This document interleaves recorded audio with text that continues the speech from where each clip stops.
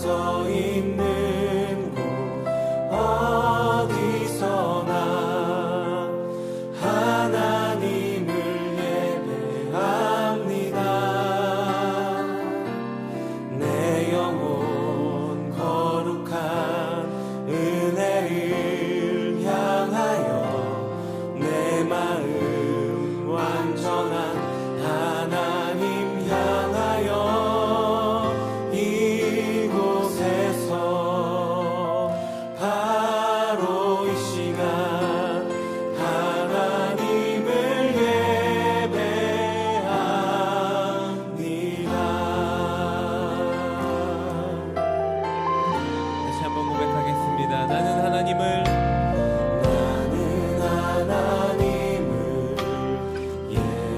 예배하는 예배자입니다.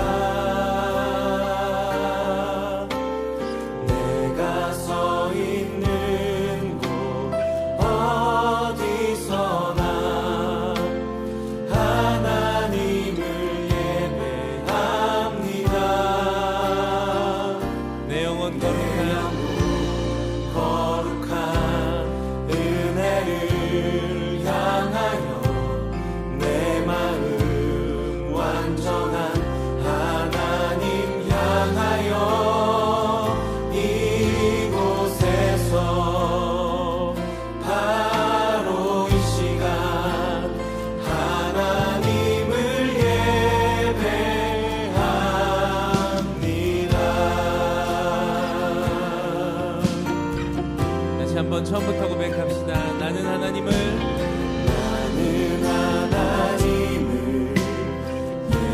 예배하는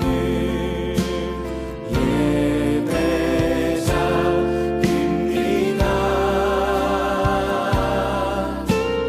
내가 서 있는 곳 어디서나 하나님을 예배합니다.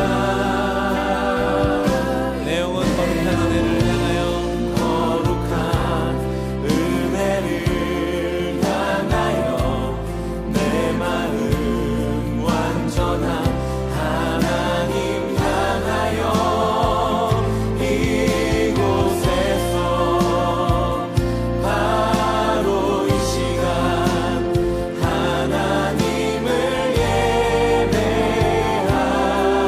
내 영혼 거룩한 은혜를 향하여 내 영혼 거룩한 은혜를 향하여 내 마음 완전한 하나님 향하여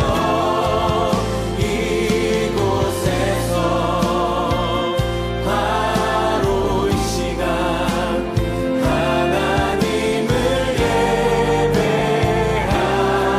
내 영혼 거룩한 은혜를 향하여 내 영혼 거룩한 은혜를 향하여 내 마음 완전한 하나님 향하여 이곳에서 바로 이 시간 다시 한번 우리의 마음과 우리의 고백을 담아서 고백하겠습니다.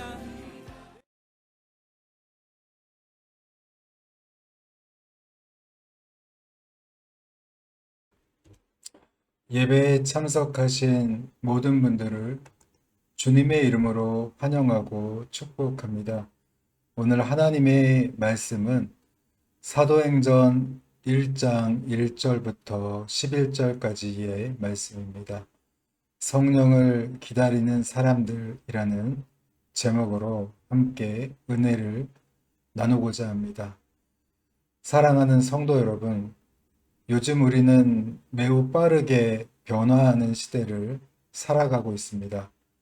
경제적으로는 많은 사람들이 어려움을 호소하고 있습니다. 환율과 물가는 정신없이 치솟고 있고 가계의 부담은 점점 더 커지고 있습니다. 요즘 젊은 세대는 취업과 주거 문제로 고민하고 있고 캥거루족이 되어서 부모를 떠나지 못하고 있습니다. 중장년층은 불확실한 미래와 은퇴 이후의 삶을 걱정하며 살아가고 있습니다. 그리고 우리 노년층의 삶은 과연 어떻습니까? 마치 목자를 잃은 양떼처럼 흩어져서 여기저기서 살아가고 있습니다. 힘들게 살아가고 있습니다. 뉴스를 보면 사람들은 서로를 이해하기보단 비난하고 또 공동체는 하나가 되기보다 점점 더 갈라지는 모습을 보게 됩니다. 정치적으로도 사회적으로도 갈등과 분열이 점점 더 깊어지고 있습니다. 세계 정세는 어땠습니까? 세계 정세 역시도 불안하기 짝이 없습니다. 계속되는 무서운 전쟁과 경제 위기, 핵전쟁의 공포, 기후변화와 각종 재난, 그리고 우리 인간의 기술은 눈부시게 발전하고 있지만 사람들의 마음은 오히려 더 공허해지고 더 우울하게 살아가는 사람들이 늘어나고 있습니다. 삶의 방향을 잃고 방황하는 사람들이 여기저기 더 점점 늘어가는 그런 세상이 되고 있습니다. 이러한 시대를 살아가면서 우리는 우리 스스로에게 질문합니다. 대한민국은 앞으로 어떻게 될 것인가?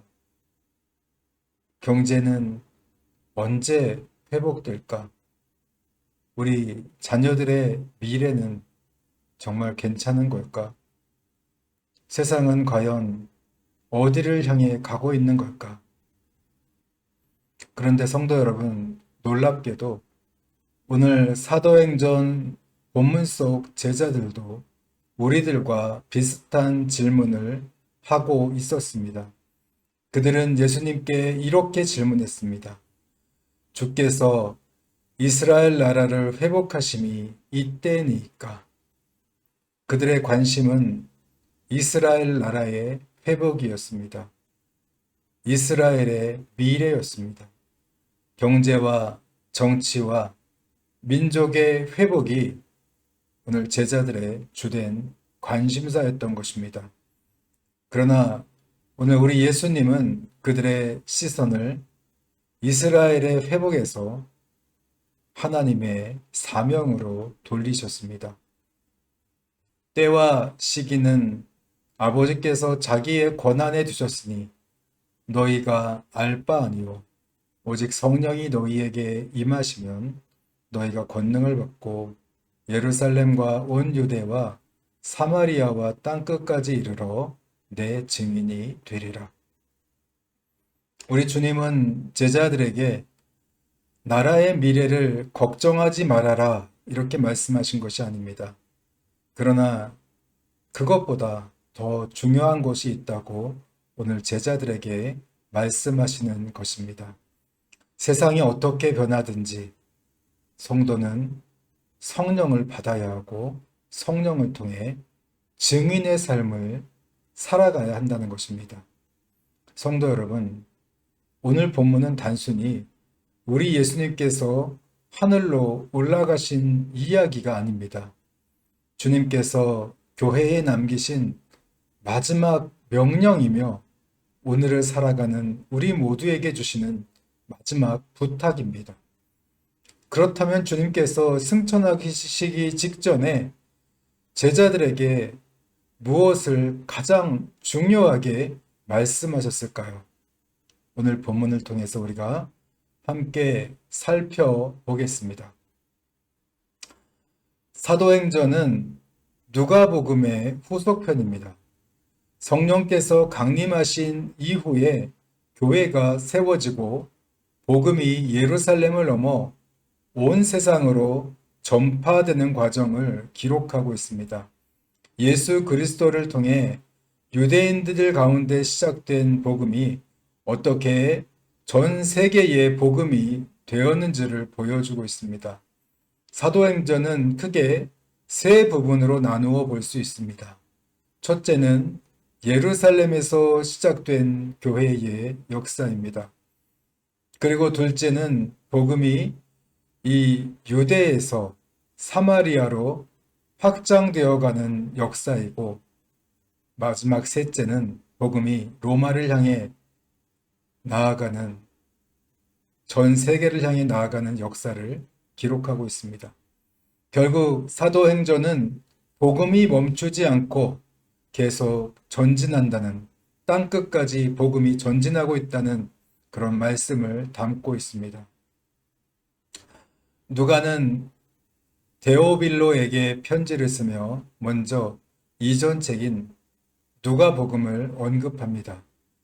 그리고 우리 예수님께서 승천하시기 전까지 하신 일이 무엇인지를 다시 소개하고 있습니다. 특별히 3절이 매우 중요합니다. 예수님은 십자가에 죽으셨지만 다시 살아나셨습니다. 그리고 40일 동안이나 제자들에게 나타나셨습니다. 그분은 단순히 살아나셨다는 사실만 보여주신 것이 아닙니다. 40일 동안 제자들에게 하나님 나라의 일을 가르치셨다고 증거하고 있습니다. 왜 하나님 나라를 가르치신 것입니까? 그것은 하나님의 나라가 예수님의 사역 전체를 관통하는 주제였기 때문입니다. 예수님은 공생애를 시작할 때도 회개하라, 천국이 가까이 왔느니라 라고 선포하셨습니다. 그리고 마지막 순간에도 하나님의 나라를 가르치셨습니다. 하나님의 나라는 이미 예수님을 통해서 이 땅 가운데 시작되었고, 장차 주님께서 다시 오실 때 하나님의 나라가 완성될 것입니다. 성도 여러분, 부활하신 우리 예수님께서 40일 동안 가르치신 중심 내용은 바로 하나님의 나라였습니다. 그렇다면 하나님 나라의 백성으로 살아가는 우리에게, 오늘 우리에게 가장 필요한 것은 무엇이겠습니까? 주님은 곧바로 그 답을 성경을 통해 말씀해 주십니다. 그것은 바로 성령입니다. 하나님의 나라는 인간의 능력으로 이루어지는 것이 아니라 성령의 능력으로 이루어지기 때문입니다. 부활하신 예수님은 제자들에게 예루살렘을 떠나지 말라고 말씀하셨습니다. 아버지께서 약속하신 성령을 기다리라는 것입니다. 성도 여러분, 제자들은 왜 성령을 기다려야 했습니까? 그것은 제자들의 능력만으로는 사명을 감당할 수가 없기 때문입니다. 예수님과 3년을 넘게 함께 다녔던 제자들조차도 십자가의 고난 앞에서는 모두가 도망을 쳤습니다. 베드로는 3번이나 우리 예수님을 부인했습니다. 이러한 그들이 세상을 변화시키는 증인이 되기 위해서는 반드시 성령의 능력이 필요했던 것입니다. 그래서 우리 주님은 말씀하셨습니다. 요한은 물로 세례를 베풀었으나 너희는 몇 날이 못되어 성령으로 세례를 받으리라. 성도 여러분, 성령은 단순한 체험이 아닙니다. 성령은 우리의 사명을 감당하도록 하시는 하나님의 능력입니다. 그런데 제자들은 여전히 다른 생각을 하고 있었습니다. 그들은 하나님의 나라가 아니라 그들의 나라, 이스라엘에 대한 관심만을 가지고 있었습니다. 그래서 그들은 주님께 물었습니다. 주께서 이스라엘 나라를 회복하심이 이때입니까? 여전히 그들의 관심은 그들 나라의 회복이었습니다. 그들의 바람은 로마의 압제를 벗어나는 정치적 회복이었고 민족적 성공이었습니다. 그러나 우리 예수님의 관심은 달랐습니다. 때와 시기는 아버지께서 자기의 권한에 두셨으니 너희의 알 바가 아니다. 그리고 곧바로 주님은 말씀하십니다. 오직 성령이 너희에게 임하시면 너희가 권능을 받고 예루살렘과 온 유대와 사마리아와 땅 끝까지 이르러 내 증인이 되리라. 주님의 관심은 하나님의 나라였던 것입니다. 이처럼 제자들은 주님께서 십자가에서 죽으시고 부활하시는 것을 직접 목격했음에도 불구하고 그들만의 나라 이스라엘만을 걱정했습니다. 그러나 우리 예수님은 하나님 나라의 사명을 그들에게 말씀하신 것입니다. 제자들은 다가올 미래를 알고 싶어 했습니다. 그러나 예수님은 오늘 우리가 현재 해야 할 일을 말씀하신 것입니다. 성도 여러분, 여기서 우리는 매우 중요한 사실을 발견하게 됩니다. 제자들의 관심은 이 땅의 나라였다면 우리 예수님의 관심은 하나님의 나라였고 또 하나님의 나라를 전하는 사명이었습니다. 제자들의 관심은 그들 나라의 미래였지만 우리 예수님은 하나님의 나라를 위한 현재의 순종을 요구하셨습니다. 그리고 그들의 사명을 감당하도록 주님께서 주시겠다고 약속한 것이 바로 성령이었습니다. 그렇다면 성령을 받은 사람은 어떤 삶을 살아가게 되는 것입니까? 주님께서는 분명하게 오늘 우리들에게 말씀하십니다. 내 증인이 될 것이다. 예수님께서 성령을 주시는 목적은 너무나 분명합니다. 너희가 권능을 받고 내 증인이 되리라. 성령의 목적은 하나님의 나라를 증언하는 것입니다. 복음을 전하는 것입니다. 잃어버린 영혼을 하나님의 나라로 인도하고 구원하는 것입니다. 교회를 세우는 것이고 하나님의 나라를 확장하는 것입니다. 성령은 우리를 편안하게 잘 살게 하시려고 우리에게 오신 분이 아닙니다. 하나님의 나라를 전하는 사명을 감당하게 하시려고 우리에게 능력을 주시는 분이십니다. 성도 여러분, 사도행전 1장은 예수님의 승천 이야기로 끝나는 것처럼 보입니다. 그러나 사실은 끝이 아니라 시작입니다. 예수님의 사역이 끝난 것이 아니라 이제 성령을 통해 교회의 사역이 하나님 나라를 증거하는 사역이 새롭게 시작된 것입니다. 그리고 그 사명은 2000년이 지난 오늘 우리들에게까지 이어지고 있습니다. 주님은 오늘도 우리에게 말씀하십니다. 어찌하여 서서 하늘만 쳐다보고 있느냐. 제자들에게 하셨던 그 말씀이 바로 오늘 우리에게 하시는 말씀인 것입니다. 주님께서는 마지막 때를 준비하는 성도들에게 하나님 나라를 전하는 이 사명에 관한 여러 비유들을 들려주셨습니다. 우리가 잘 알고 있는 달란트 비유에서 주인은 종들에게 달란트를 맡기고 떠났습니다. 그리고 돌아와서 물었습니다. 너희는 내가 맡긴 것을 가지고 무엇을 했느냐? 주인이 칭찬한 종은 기다리기만 한 종이 아니라 맡겨진 사명을 잘 감당한 종이었습니다. 주인은 이렇게 말씀하셨습니다. 잘하였도다. 착하고 충성된 종아. 내가 작은 일에 충성하였음에 내가 많은 것을 내게 맡기리니 내 주인의 즐거움에 참여할지어다. 하지만 하늘만 쳐다보고 사명을 감당하지 않은 종을 향해서는 악하고 게으른 종아, 내가 슬피 울며 이를 갈게 될 것이다. 이렇게 말씀하고 있습니다. 열 처녀의 비유도 마찬가지입니다. 슬기로운 처녀들은 신랑을 기다렸을 뿐만 아니라 기름을 준비했습니다. 준비 없는 기다림은 참된 기다림이 아닙니다. 성령의 충만한 맘 없이 살아가는 신앙생활은 기름 없는 등불과 같습니다. 또한 양과 염소의 비유에서도 주님은 마지막 때 이 심판의 모습을 우리들에게 보여주셨습니다.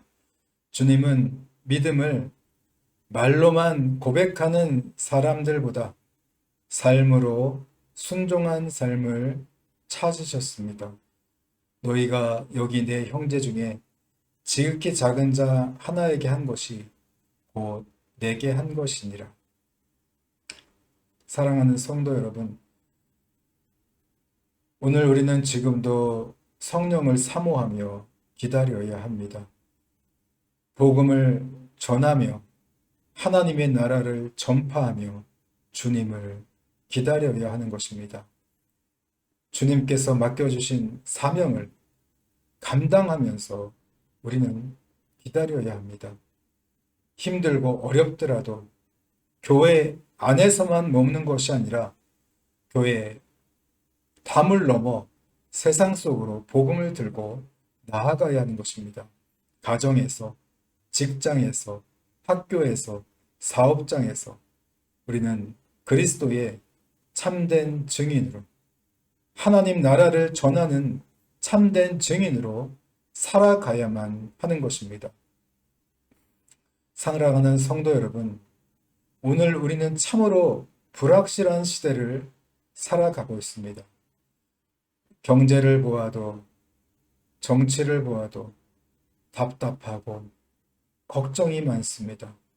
사회를 보아도 갈등과 분열은 점점 깊어지고 수많은 사람들이 미래에 대한 불안 속에서 살아갑니다. 그러나 성도 여러분, 한번 생각해 보십시오. 초대교회가 시작된 시대는 과연 우리가 살고 있는 오늘보다 더 좋은 시대였습니까?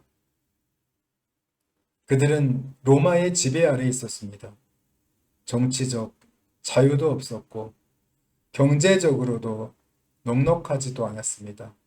신앙 때문에 감옥에 갇히고 재산을 빼앗기고 모든 걸 다 잃고 가족을 잃고 목숨을 잃기도 했습니다. 그런데도 그들의 복음은 멈추지 않았습니다. 왜 그런 것입니까? 그것은 그들이 세상의 환경보다 성령의 능력을 더 의지했기 때문입니다.